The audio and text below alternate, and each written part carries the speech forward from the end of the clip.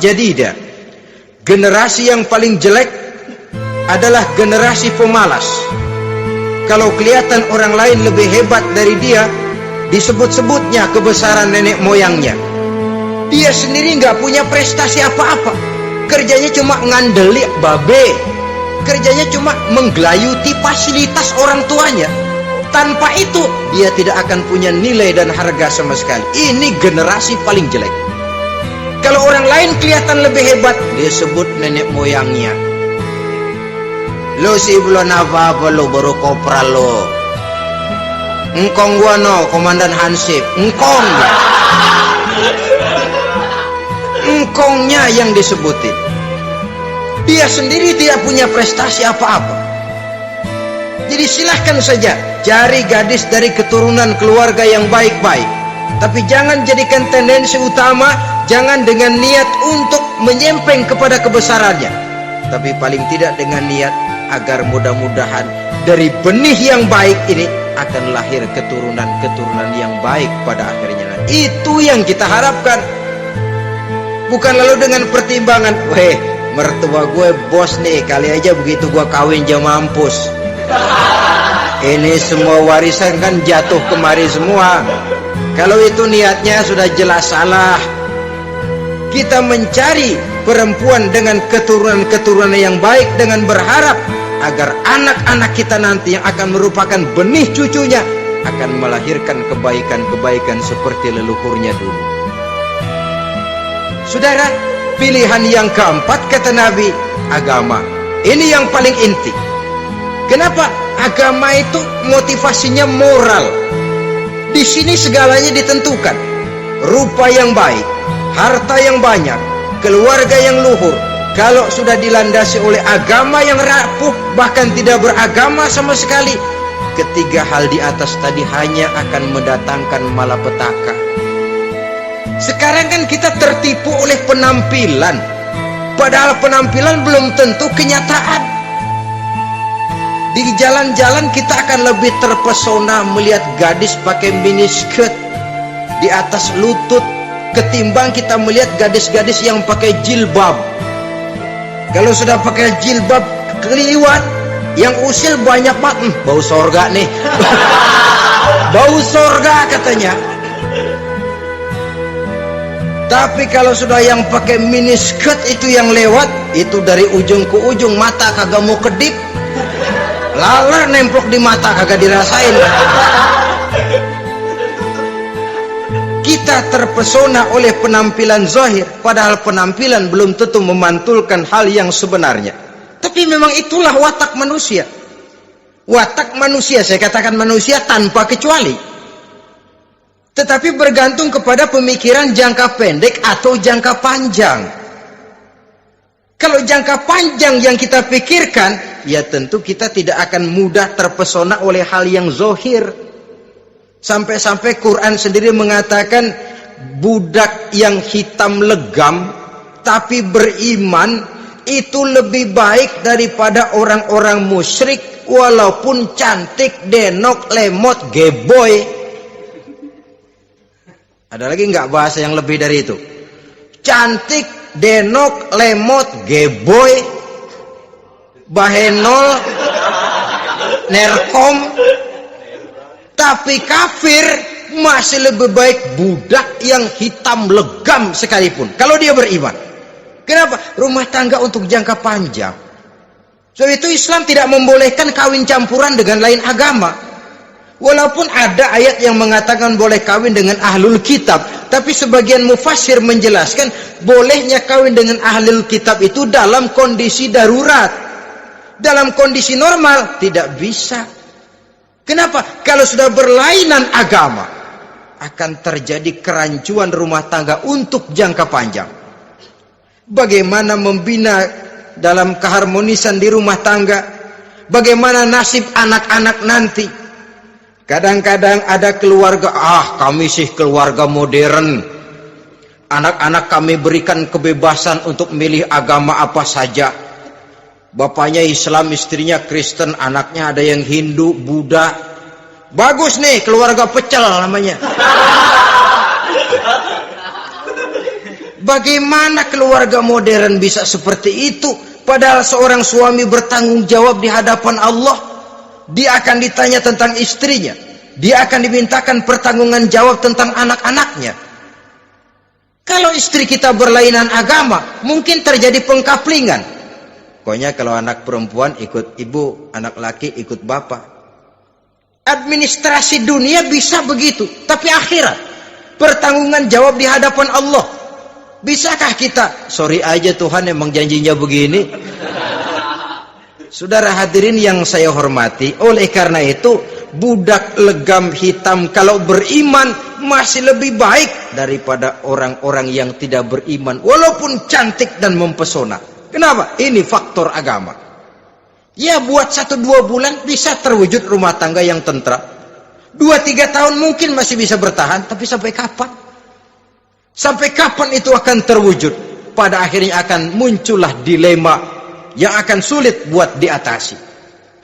Oleh karenanya motif agama dijadikan stres oleh Nabi.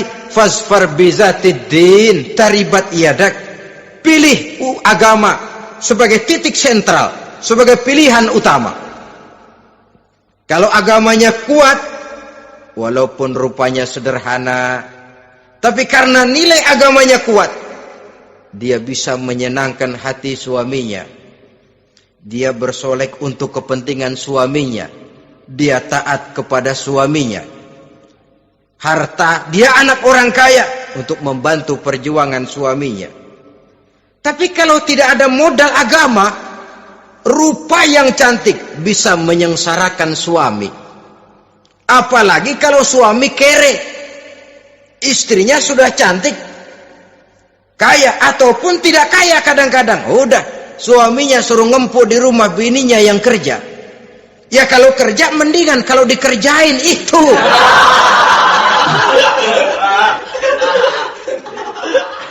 Itu yang repot. Saudara hadirin yang saya hormati, dan ini bukan 1-2 kasus. Alangkah malangnya kalau sudah terkena hal seperti itu.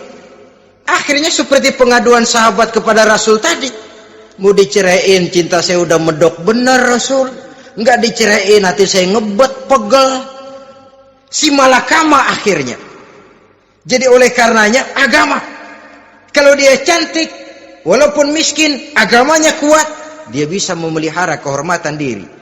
Dia kaya, agamanya kuat, hartanya disalurkan di jalan Allah. Karena itu agama jadikan pilihan utama. Dan ukuran agama itu bukan cuma jilbab loh. Ya kadang-kadang ada juga yang jilbabnya nggak pernah lepas, tapi kadang-kadang akhlaknya lebih binal dari yang kribo. Ada cuma sekedar kamuflase saja, itu pun penampilan, sekedar penampilan saja. Cuma dari segi aurat ya memang lebih baik dan lebih utama, dan saya kira lebih mengundang penasaran toh. Duren kalau udah dibuka kan kelihatan isinya, emang udah begitu, udah. Tapi kalau masih rapat, itu yang rasanya kita pengen buka. Timbul tantangan, gue pengen tahu isinya. Rasanya juga begitu. Sama saja dengan baju, kalau dibungkus rapat di plastik, ditaruh di etalase, adanya di toko mau serba ada, tahu kita barang mahal nih. Biar punya duit, kita mau nawar ragu-ragu, takut nggak cukup. Tapi kalau barang sudah dibuka di jalanan, diobral di pinggir jalan, murahan, 1.003 masih dicampur odol. Yang begitu sih biar nggak punya duit, kita berani banget tanya, nawar, megang lagi nyemek. Berat duit nih bang. Kenapa? Barang sudah terbuka. Jadi saudara-saudara, syukur kalau keempat-empatnya ini jodoh terkumpul dalam jodoh yang saudara cari. Sudah rupanya cantik, kaya, keturunan orang baik-baik, agamanya kuat. Nah, surga dunia tuh. Yang begitu cari. Kalau ada yang begitu, saya juga mau nambahin satu lagi.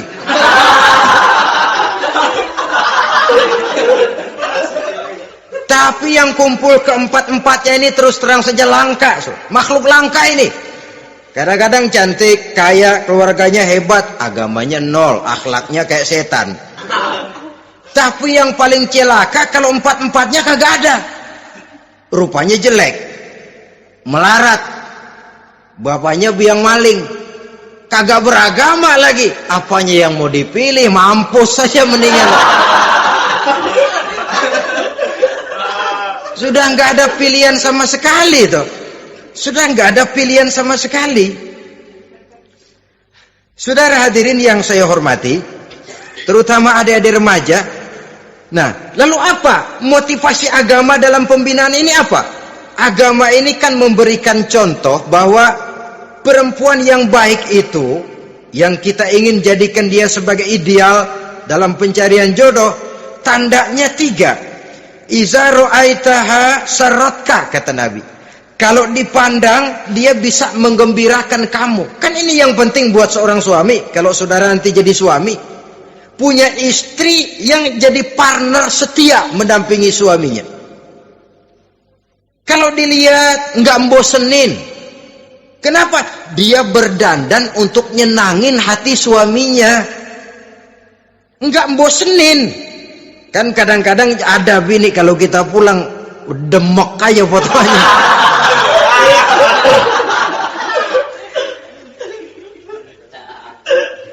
Ini yang bikin suami nggak betah di rumah ini kan yang begini. Adapun perempuan yang beragama, apabila dipandang oleh suaminya, dia pandai menyenangkan hati suaminya. Andai kata suaminya dalam kesulitan, dia tidak menambah beban kesulitan. Paling tidak dia bisa memberikan satu bantuan moral. Bantuan moral untuk mengurangi beban kesulitan daripada suaminya. Suami pulang dagang rugi, kata istrinya, romantika bang, sekali-sekali lah, masa selamanya dagang mau untung, besok siapa tahu untung lebih besar. Kan meringankan tuh. Kadang-kadang enggak, suami pulang dagang dari pasar panas, rugi, sampai rumah bini pidato, pletar-pletor, lu dagang rugi emang lu laki goblok.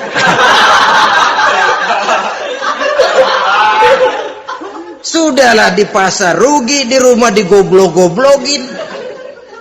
Ini nanti kena penyakit broken home yang begini ini. Padahal kesuksesan di kantor, kesuksesan di pasar, kesuksesan di medan tugas selalu dimulai dari kesuksesan dan ketenangan dari rumah tangga. Dia berhias untuk kepentingan suaminya, tidak terlalu berlebihan. Dan suaminya pun pandai menghargai istrinya dengan kata-kata yang menimbulkan gairah dan semangat. Melihat istrinya bersorak, kamu makin cantik saja. Jangan juga kadang-kadang suami ketus. Ngelihat daksu pulang kantor, lihat suaminya, istrinya dandan rapi, tumben lu mau bekasin apa? Mau bekasin katanya. Artinya apa ini? Pandai mengembirakan, bisa tenggang rasa, bisa berbagi rasa. Sehingga suami merasa ada tempat dia bertukar pikiran, ada tempat dia membicarakan persoalan. Dialog dalam kehidupan berumah tangga itu sangat diperlukan. Iza ra'aitaha sarratka, kalau dipandang dia sanggup mengembirakan kamu.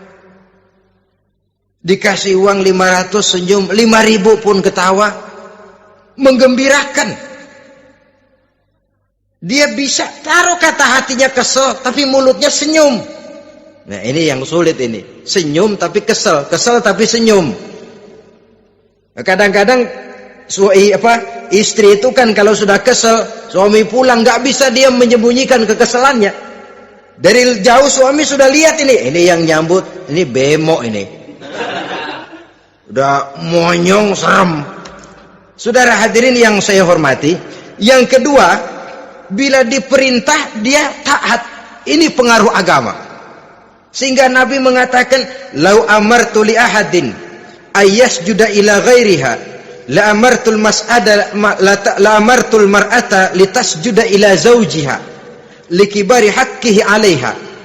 Andai kata saja boleh aku memerintahkan manusia untuk sujud kepada sesama manusia, pastilah aku perintahkan perempuan untuk sujud kepada suaminya. Kenapa? Karena besar hak suaminya kepada dirinya. Untung sujud kepada manusia tidak boleh. Andai kata boleh, perempuan disuruh sujud sama suaminya. Ini tidak perlu sampai sujud, cium tangan saja minta ridho suami. Kadang-kadang perempuan sekarang berat. Paling banter setahun sekali lebaran doang. Laki pulang sembahyang tubruk, cium tangan minta ridho, nangis segala macam. 3 hari habis lebaran beras habis, monyong aja lagi.